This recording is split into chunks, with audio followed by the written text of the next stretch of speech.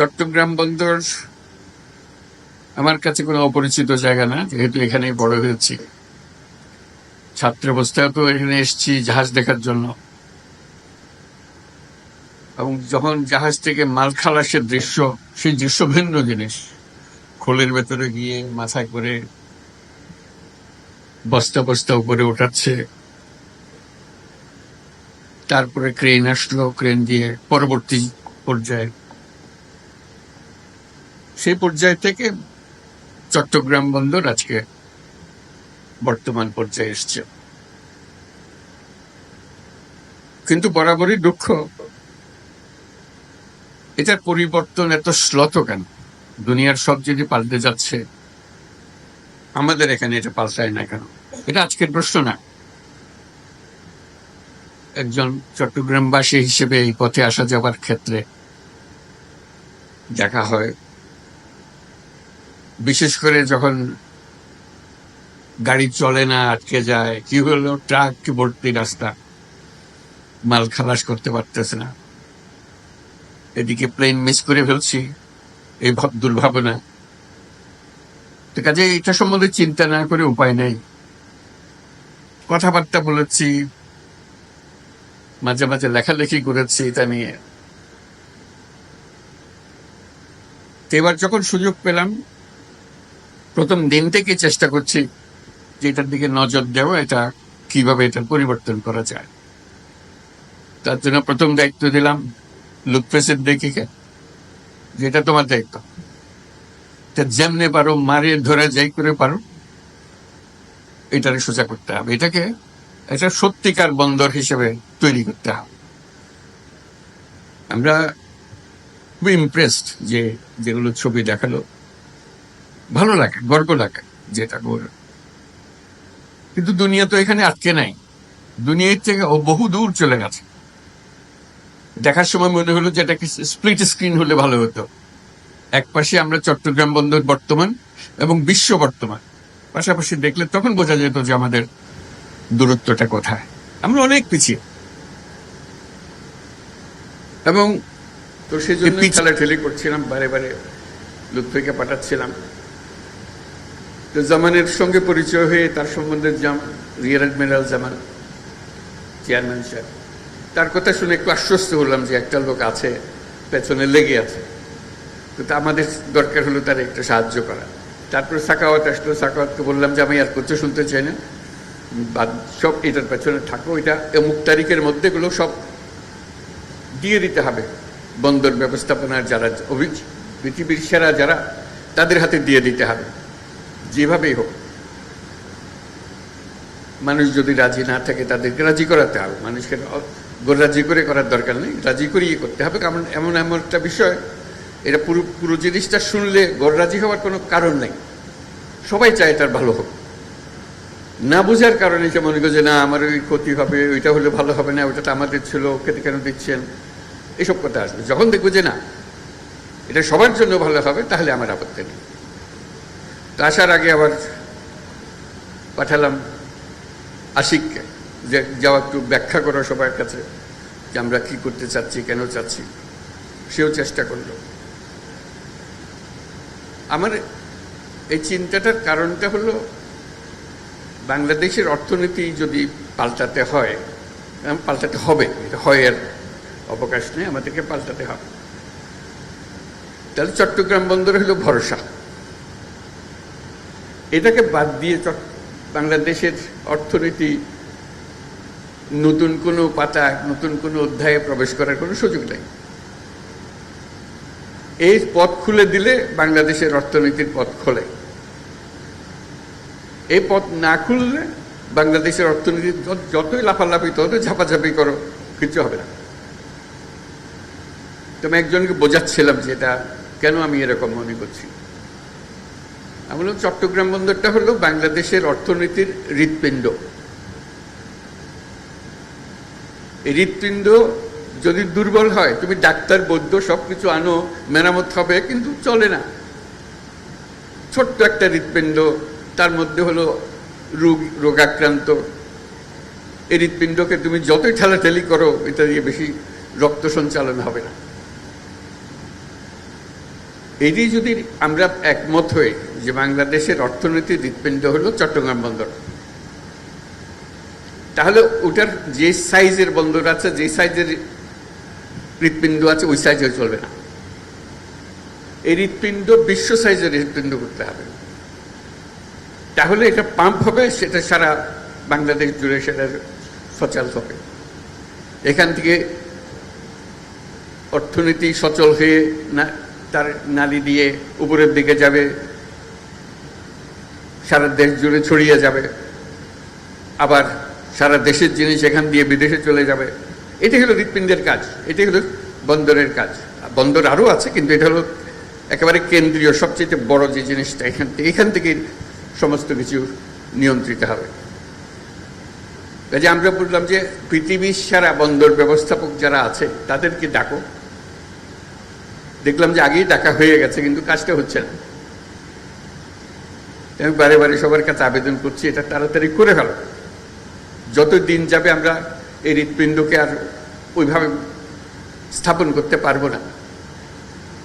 আমাদের যে সুযোগ আছে, এই সুযোগে আমরা হৃৎপিণ্ডকে ওই সাইজের, যে সাইজে আমরা কল্পনা করি বাংলাদেশের অর্থনীতি দাঁড়াবে, বাংলাদেশের ভবিষ্যৎ পরিবর্তন হয়ে যাবে, এটা পরিবর্তন না করে বাংলাদেশের কোনো অর্থনৈতিক পরিবর্তন সম্ভব না। কাজে আমাদের কাছে এটার পেছনে যেতে হবে। এবং তার সঙ্গে আবার যোগ করলাম, এটা শুধু হৃৎপিণ্ড বাংলাদেশের জন্য না, আশেপাশের দেশগুলোর সঙ্গে সংযুক্ত। যে কারণে নেপালের কথা বললাম, ভুটানের কথা বললাম, 7 সিস্টার্সের কথা বললাম। সবার জন্য হৃৎপিণ্ড একটাই, নেপালের জন্য হৃৎপিণ্ডই নেই। কাজে আমাদের হৃৎপিণ্ড দিয়ে তাকে চালতে হবে। আমরা তাকে সেই সংযুক্ত করতে চাই, এটা আমাদেরও লাভ, তাদেরও লাভ, আমাদেরও লাভ। এটা এমন নয় যে তাদের মেহেরবানি করি, মেহেরবানির বিষয় না। এই হৃৎপিণ্ড যদি সংযুক্ত হয়, সেও লাভবান হবে, আমরাও লাভবান হব। ভুটান যদি এটার সঙ্গে সংযুক্ত হয়, সেও লাভবান হবে, আমরাও লাভবান হব। 7 সিস্টার যদি এটার সঙ্গে সংযুক্ত হয়, তারাও লাভবান হবে, আমরাও লাভবান হব। এই হৃৎপিণ্ডকে বাদ দিয়ে চললে যারা এটাতে বাদ দেবে তারা ক্ষতিগ্রস্ত হবে। রক্ত সঞ্চালন হবে না সেখানে, অর্থনৈতিক সঞ্চালন হবে না সেখানে। এটা আমাদের কারো কাম্য না, তাদেরও কাম্য না, আমাদেরও কাম্য না। আমরা চাই যে সবাই মিলে আমরা এই বন্দর থেকে এই সঞ্চালনটা পাই, শক্তিটা পাই, অর্থনৈতিক শক্তি জেগে ওঠে। আমরা যে আজকে চট্টগ্রাম বন্দরের কথা বলছি, এখানে স্ক্রিনে আমরা দেখছি বন্দরের পরিস্থিতি।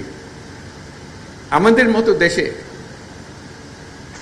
আমরা তো একটা বন্দর নিয়ে কথা বলছি, কয়েকটা টার্মিনাল নিয়ে কথা বলছি, তার এরকম 20টা 30টা বন্দর টার্মিনাল ভরে আছে, একদম বিশ্বমাপের, বিশ্ব সাইজের বন্দর এগুলো। সেখান থেকে তাকালে আমাদেরকে খুব ক্ষীণ মনে হয়। এই হৃৎপিণ্ড দিয়ে তো রোগী বেশি দিন টিকবে না, টেকানো যাবে না। কাজে এটাকে শক্তিশালী করতে হবে। এমন শক্তিশালী করতে ক্রমাগতভাবে এটা শক্তিশালী করতে হবে। একবার শক্তিশালী করে দিয়ে ওখানে ইতি টানলেও হবে না। তো সেখানেই আসে আমাদের চ্যালেঞ্জটা। তো যে টিমের কথা বললাম আমরা, লুৎফে, সাখাওয়াত, আশিকর মধ্যে ঢুকালাম। আর ইন্ডিয়াতে স্বাস্থ্যের জন্য যান না, দলে দলে যান। যখন বন্ধ করে দিয়েছে হাহাকার, কেন যেতে দিচ্ছে না? যেতে আপনার এখানে স্বাস্থ্য নাই, স্বাস্থ্যের জন্য শুধু যান। কাগজ উল্টালে দেখা যায় নেতারা সিঙ্গাপুরে চিকিৎসার জন্য যাচ্ছে, ব্যাংককে চিকিৎসার জন্য যাচ্ছে, কিন্তু বন্দর না, না এখানে আর কেউ আসতে পারবে না। ভাই আমাদের চিকিৎসা দরকার, তো এই হৃৎপিণ্ডের চিকিৎসার দরকার। কাল বিদেশি ডাক্তার আনতে হবে, তো উপায় নাই আমাদের। আমাদেরকে সবচেয়ে সেরা চিকিৎসক এটার পেছনে দিতে হবে, যাতে এই হৃৎপিণ্ড বিরাট আকারে আমাদের বানিয়ে দিতে পারে। কোনো রকম সমস্যা যেন আমাদের না হয় কোনো কাল। এই হৃৎপিণ্ড ক্রমাগত মজবুত হবে, ক্রমাগত শক্তিশালী হবে, ক্রমাগত বৃহত্তর হবে। সেটার নামই তো হলো জাতি।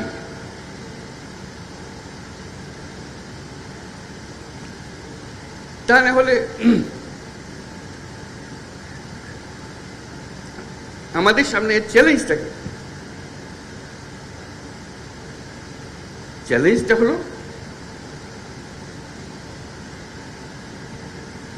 আর 10 রকম জাতি আমাদের এই মতো অবস্থা থেকে, উপর থেকে না, আমাদের মতো, আমাদের চেয়ে অনেক খারাপ অবস্থা থেকে আমাদেরকে ডিঙ্গিয়ে শত শত মাইল আগে চলে গেছে। তা আমরা কেন হতভাগা জাতি হলাম? এটা পরিবর্তন করতে পারবো না। কাজে আমাদেরকে বড় ডাক্তারকে দিয়ে কাজ করতে হবে। এটা আমাদের লাভ। একটা লাভ হলো এর পেছনে আমাদের কোনো টাকা পয়সা খরচ লাগছে না। এটা মজার জিনিস তাদের সঙ্গে। Build, operate and transfer. তোমরা বানাও, তোমরা কাজ করো, রোজগার করো, এই মেয়াদের মধ্যে আমাদেরকে দিয়ে দিতে হবে। আমরা 1 পয়সা খরচ করবো না। কাজে পয়সা বেঁচে গেল, কাজটা হয়ে গেল। তারা যখন কাজে নামবে, তারা দুনিয়াতে শত শত কোর্ট পরিচালনা করে। ওরা হলো দুনিয়ার সেরা। যাদের কথা আমরা বলছি, যাদের সঙ্গে আমরা কাজ করছি, তারা হলো দুনিয়ার সেরা। যে কোনো বন্দরে যান, তাদের মার্কা দেখবেন। এই যে এখানে বসে আশেপাশে। কাজে তারা যখন একটা বন্দরের দায়িত্ব নেয়, তারা আমাদের মতো করে বানাবে না। তারা যে পর্যায়ে বন্দর চালায় দুনিয়াতে, কারণ এটা তাদের বন্দর। লিজ যখন দিয়েছি, তারা যখন বানাচ্ছে, এটা তাদের বন্দর, তাদেরকে রোজগার করে টাকাটা উঠাতে হবে। তারা তাদের সেই প্রযুক্তি দিয়ে এটাকে বানাবে। কথাটা এখানেই শেষ হলো না যে তাদের প্রযুক্তি দিয়ে বানাবে। তারা আগে যত টার্মিনাল বানিয়েছে, বন্দর বানিয়েছে, যেখানে যেখানে বানিয়েছে, তাদের অভিজ্ঞতা হয়েছে। তাদের সেই সর্বশেষ প্রযুক্তি, সর্বশেষ অভিজ্ঞতা এখানে আনবে। যখন শুরু করেছিল তখনকার অভিজ্ঞতা না, যখন এখন যেটা করছে যে এই বন্দরে আমরা এমন করব যাতে টাকাটা তাড়াতাড়ি তুলতে পারি, আরো বেশি টাকা উঠাতে পারি। এটা আমাদের লাভ। তোমরা যন্ত্রটা বানিয়ে দিয়ে গেলে, আমরা এটাও চালাবো এখান থেকে, তোমাদের মেয়াদ যখন শেষ হয়ে যাবে। আমাদের টাকা লাগলো না, আমাদের অভিজ্ঞতা লাগলো না, তাদের অভিজ্ঞতা দিয়ে শুরু হলো। আমরা প্রযুক্তির শেষ মাথা থেকে শুরু করলাম, উচ্চতম শীর্ষ থেকে শুরু করলাম, সেটুকু আমরা পেলাম। যখন সবাই হা হা করে আমাদের সব চাকরি চলে গেল, তা বললাম যে ওরা যে আসছে, ওরা কি তাদের দেশ থেকে লোকজন নিয়ে আসবে, শ্রমিক নিয়ে আসবে যেটা চালানোর জন্য? ওরা তো তোমাদের এখান থেকে লোক নিয়ে যায় তাদেরগুলো চালানোর জন্য। কাজে এই কারখানা, এই বন্দর চালাতে হলে আমাদের লোকে তো চালাবে, এটার থেকে গত্যন্তর নাই। কারণ আমাদের লোকে শিখিয়ে দিলে খুব সহজে সে শিখে ফেলে, তার লাভ, খরচ কম। চিন্তা করো, এক থেকে ইউরোপ থেকে শ্রমিক এনে যদি আমাদের বন্দর চালাতে হয়, ওই ব্যবসা লাইতে উঠবে। এখানকার মানুষ দিয়ে তাকে চালাতে হবে যদি বন্দর চালাতে হয়। বলছে তারা তো যন্ত্রপাতি এনে ফেলবে, শ্রমিক কম লাগবে, ঠিক কথা। কিন্তু বন্দরও তো বড় হবে, ক্যাপাসিটিও বড় হবে। কাজে যেখানে আগে 1 জন লাগতো, এখন বন্দর বড় হওয়ার কারণে সেখানে 5 জন লাগবে। প্রযুক্তি সত্ত্বেও সেটা রইল। আমার দৃষ্টি সেটা না, সে যুক্তিটা আমি বলি না যে হ্যাঁ যুক্তি। তা আমি বলি যে যদি 5 বছর লাগে, আজকে কন্ট্রাক্ট দিয়ে দিলাম, সই করে দিলাম, 5 বছর লাগলো এটাকে বন্দর হিসাবে পরিচালনা করতে, ধরলাম 30 সাল,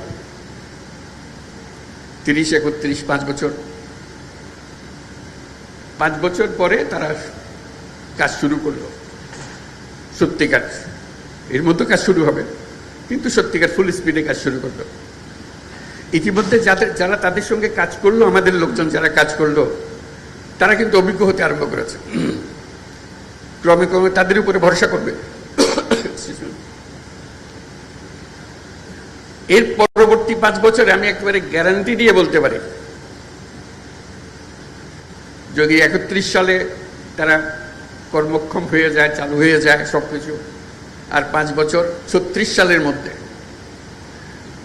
পৃথিবীর যত দেশে যত বন্দর তারা চালায়, এই সমস্ত টপ কোম্পানিগুলো,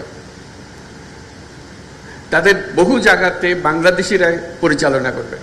এখান থেকে এত এক্সপার্ট হয়ে গেছে ওরা, যেহেতু তোমরা চলো, এটা সস্তা, তাড়াতাড়ি শিখে ও বাংলাদেশি সেখান থেকে দিয়ে এসছে। কোথা থেকে এসছে? ও চট্টগ্রাম বন্দর থেকে এসছে। চাকরি কমবে না চাকরি বাড়বে আমরা বুঝতে চাই না কেন? মানুষ তার নিজের প্রয়োজনে এটা করবে। আমাকে দরখাস্ত নিয়ে ঘুরতে হবে না।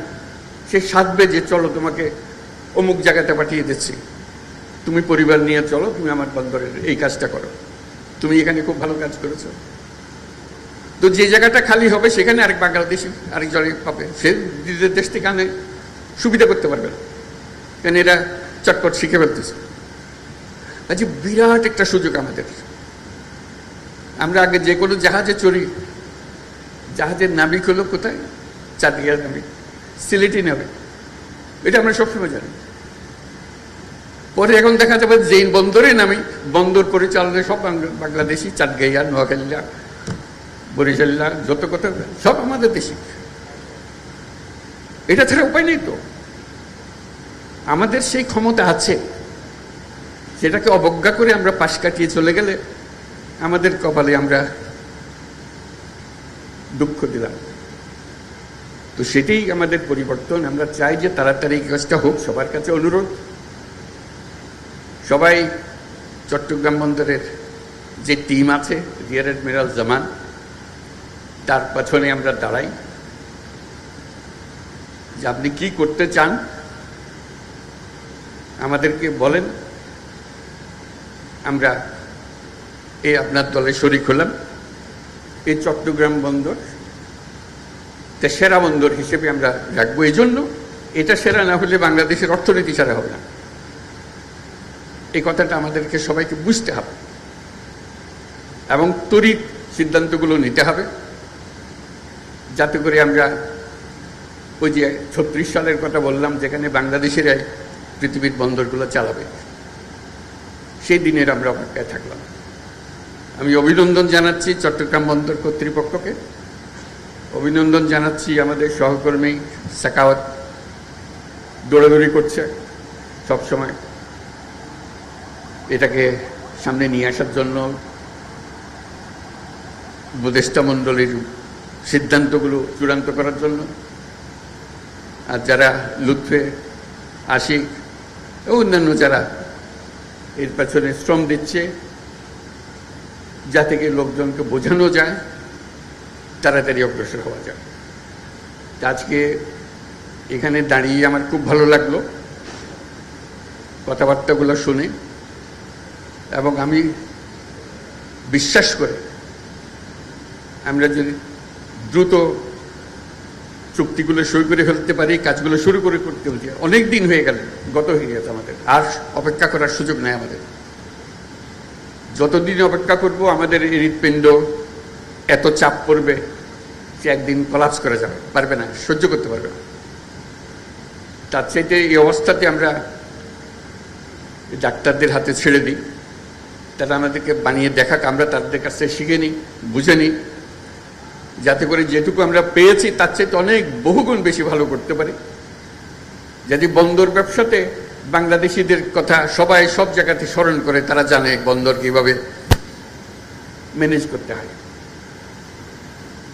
সেই গোপন রহস্য আমরা উদ্ধার করে ফেলতে পারি, যে আমরা জানি বন্দরকে কিভাবে সামাল দিতে হয়। চট্টগ্রাম সওদাগরদের শহর,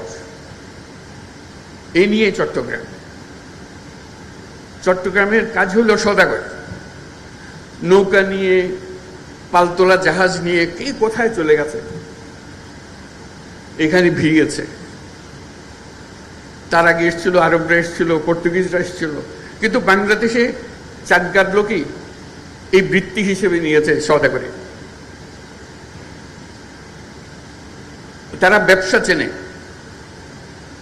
চাকরির কথা বললে চাকরি কেন করবে বুঝতে পারে না তারা। চাকরির কথা বলে যে লেখাপড়া করে, কি জন্য লেখাপড়া করবে, ও চাকরি করবে, চাকরি কেন করবে? আমি তো দোকানে বসে দিয়েছি তাদের। আমাদের বাবা মারা আমাদেরকে দোকানে বসে দিয়েছি, আমিও দোকানে বসছি। তারা চিন্তা করেন যে চাকরি বলে একটা জিনিস হতে পারে। তারা সওদাগর, তারা দেশ বিদেশে যাবে, ব্যবসা করবে। যার ছোট জাহাজ, সে ছোট জাহাজ দিয়ে চলে। ছোটবেলায় দেখছি জাহাজ আসতেছে, মাল ভর্তি হয়ে, বিশেষ করে ধান চাল এগুলো আনতো, বার্মা থেকে আনতো, খালের ভেতরে, পাশের বাড়ির খালের মধ্যে এসছে। এই হলো আমাদের। তা আমাদের রক্ত হলো সওদাগরের রক্ত, আর চট্টগ্রাম হলো সে সওদাগরের পীঠভূমি। এটা ছেড়ে দিলে, এদের হাতে ছেড়ে দিলে দেখবে এটা শুধু চট্টগ্রাম বা বাংলাদেশ না, সারা দুনিয়াতে সেটা তারা করে দেখাবে। নোয়াখালীর লোক, সিলেটের লোক, আজকে সিলেটের মানুষ বিলাতে গিয়ে তো হলো কেমনে, ওই জাহাজে করে চলে গেছে, রান্না করেছে, ওখানে আগুন দিয়েছে, এই করতে করতে চলে গেছে, সারা দুনিয়াতে ছড়িয়ে গেছে। সেই আমলে যদি তারা এত দুনিয়াতে ছড়িয়ে যায়, আজকে বন্দর ব্যবস্থাপনায় যারা যুক্ত হবে বাংলাদেশে, চিন্তা করেন তারা কোথায় কোথায় যাবে। দুনিয়ার হেন বন্দর রাখবে না যেখানে বাংলাদেশে নাই, এবং টপ ক্লাস সার্ভিস তারা দেবে। তো সেটাই হলো আমাদের ভবিষ্যৎ, সেটা আমাদের রক্তের ভেতরে আছে, আমাদের ঐতিহ্যের ভেতরে আছে। আমরা যেন এটাকে অবহেলা না করি, আমরা সবাই একমত হই, একযোগে এগিয়ে আসি, যেন আমরা সেটাকে সফল করতে পারি। এবং কিছু দিনের মধ্যে, অল্প কিছু দিনের মধ্যে, দীর্ঘদিন অপেক্ষা করার দরকার নেই, অল্প কিছু দিনের মধ্যে আমরা সেটা করতে পারি। আমাদের অর্থনীতি, এটা বিশাল অর্থনীতি হবে যদি আমরা চট্টগ্রাম বন্দরকে বিশাল হৃৎপিণ্ডে পরিণত করতে পারি, আর বাকিগুলো এমনিতেই হাজির হতে আরম্ভ করবে। বন্দর ফ্যাসিলিটি দিলে এই পুরো বিস্তীর্ণ এলাকা, যার রক্ত সঞ্চালন যার এলাকাতে হবে, সেটা পেলে যে কোনো ব্যবসায়ী এসে এখানে বিনিয়োগ করবে, তাকে অনুরোধ করে আনতে হবে না, তার নিজের টানে সে এখানে আসবে যদি আমরা এটা করতে। আমরা ডিজিটালাইজেশনের কথা বলেছি, সবকিছু দরকার, কিন্তু তার আগে স্বপ্নটা দরকার, যেটা আমরা করবই।